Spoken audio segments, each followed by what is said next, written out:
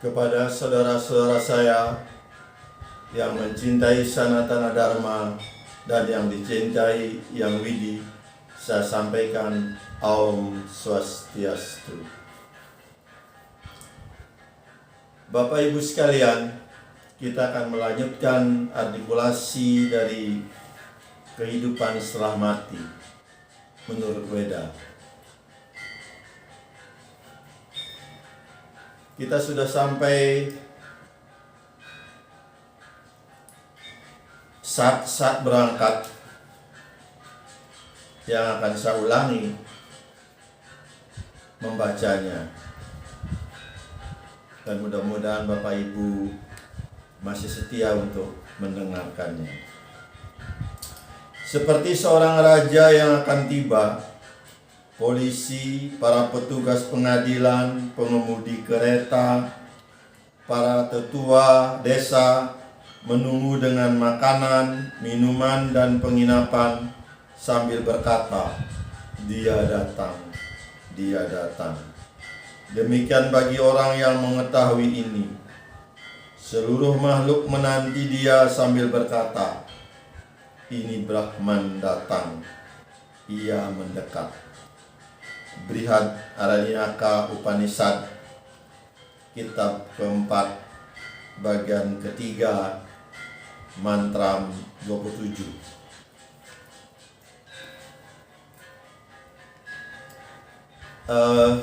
Baik, kita akan lanjutkan pembacaan kita kehidupan setelah mati menurut Weda. Saya akan bacakan secara perlahan.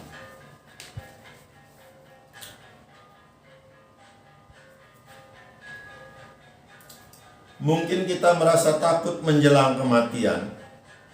Kita tidak tahu apa yang akan dialami oleh jiwa kita. Ada agama yang menggunakan momen kematian sebagai alat untuk memperoleh ketaatan. Ketika meregang nyawa, seorang akan mengalami penderitaan luar biasa. Bagaimanakah Hindu menjelaskan saat-saat berangkat ini?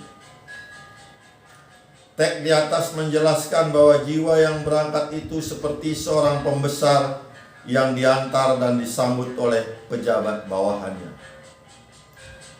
Chandogya Upanishad menjelaskan bahwa bila seorang manusia telah menjalani hidup disiplin, seorang pencari kebenaran, dan dengan demikian menemukan sang jiwa, maka pada waktu meninggal, jiwanya yang bertempat di jantung akan lewat ke atas melalui saluran yang disebut dengan sumsumna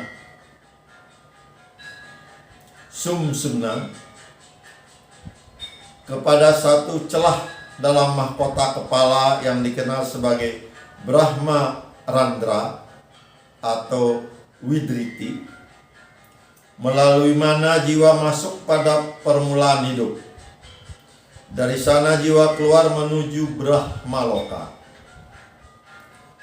Brihad Aranyaka Upanishad memiliki pengandaian yang bagus tentang jiwa yang keluar dari tubuh pada waktu kematian.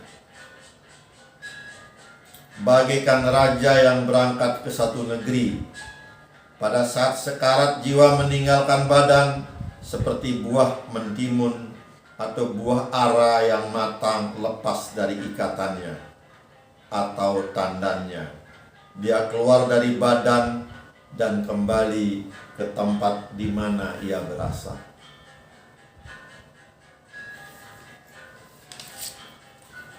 Kita cukupkan pembacaan artikulasi ini.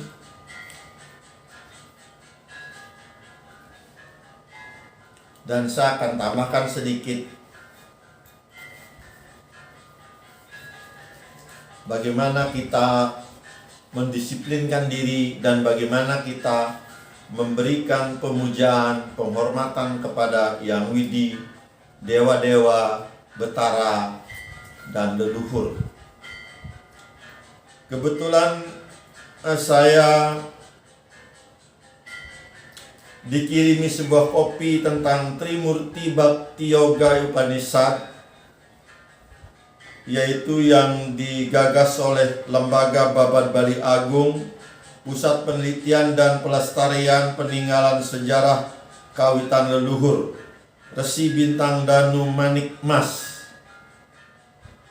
Inyoman Joni Gingsir MM, Dr. Honoris Causa. Dia yang menyusunnya.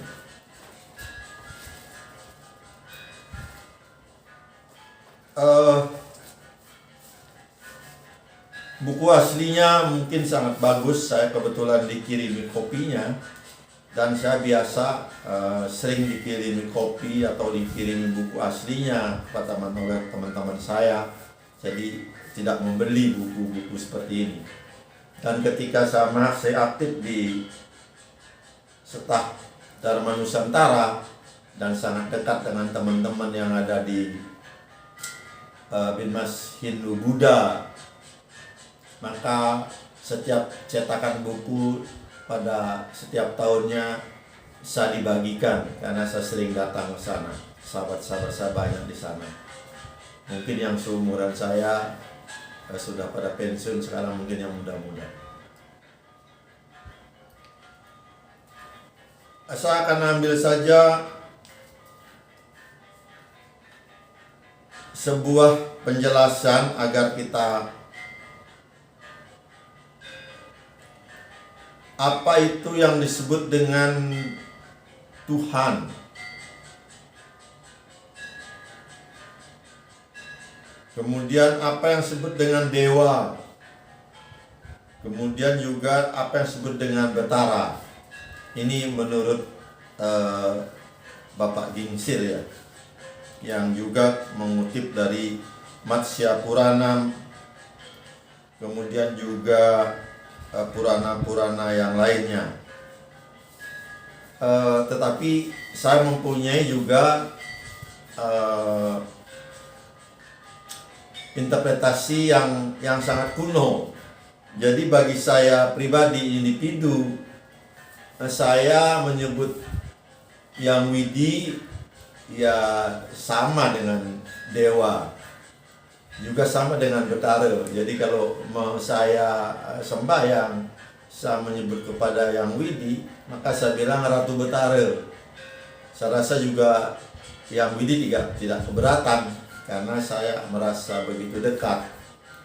Tetapi secara epistemologi, maka penjelasan dari Pak Gingsir ini sangat bagus, dan untuk menghindari adanya perselisihan pendapat. Tetapi secara individu tentunya tidak masalah, karena di dalam dunia ini kita tidak bisa individu. Jadi individu artinya wiasti di dalam bahasa Sanskertanya. Kemudian kalau kita masuk di dalam organisasi namanya samasti, maka jika kita secara individu dan bekerja sama dengan organisasi, wiasti dan samasti kita jalankan, maka barulah muncul yang disebut dengan pramesti. Pramesti itu yang Widi, jadi Brahman atau malah sering disebut dengan yang paling tidak terpikirkan acintya. Itu yang disebut dengan pramesti. Sehingga paling dekat di dalam persembayangan kita, di kemulan di sanggah kita sebut dengan pramesti guru. Dan juga tidak salah kalau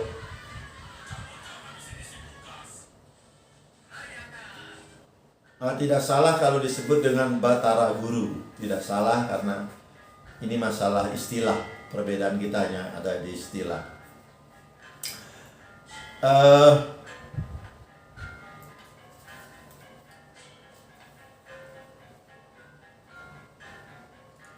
Jadi yang Widi adalah Trimurti, jadi Brahma, Wisnu, Siwa.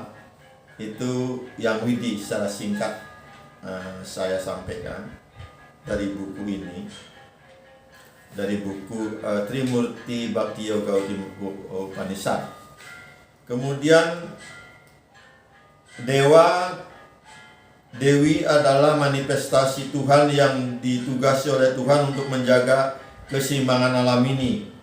Menurut sumber Weda Matsya Purana, manifestasi Tuhan ini dapat dibagi 3 tingkatan menurut fungsinya, yaitu Tuhan utama disebut Dewa Utama Dasatala.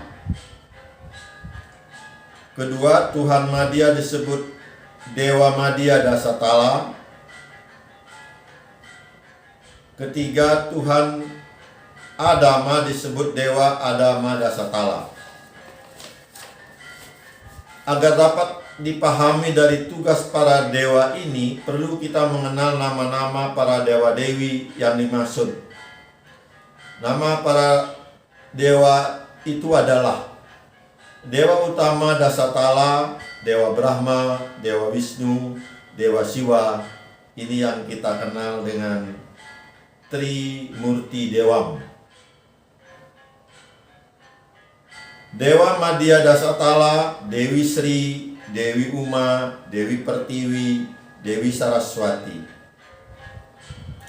Dewa Adama Dasatala, Dewa Iswara, Mahadewa, Maheswara, Rudra, Sangkara, Sambu, Dewa Surya, Matsya, Dewa Bayu, Dewa Kembar Aswin, Resi Bregu, Resi Markandeya, Resi Sesa, Resi Kartikeya.